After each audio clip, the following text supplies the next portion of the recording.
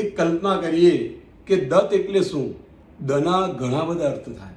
દ ઉપરથી જોઈએ તો દ ઉપરથી દાન પણ થાય અને દ ઉપરથી દયા પણ થાય. એવું માનવામાં આવે છે કે જ્યારે બ્રહ્માજીએ બધાને બોધ આપ્યા હતા, એની અંદર અસુરો પણ આવ્યા હતા, દેવો પણ આવ્યા હતા અને મનુષ્ય પણ આવ્યા હતા. તો બ્રહ્માજી ખાલી ફક્ત 3 શબ્દ બોલ્યા, દ દ અને દ.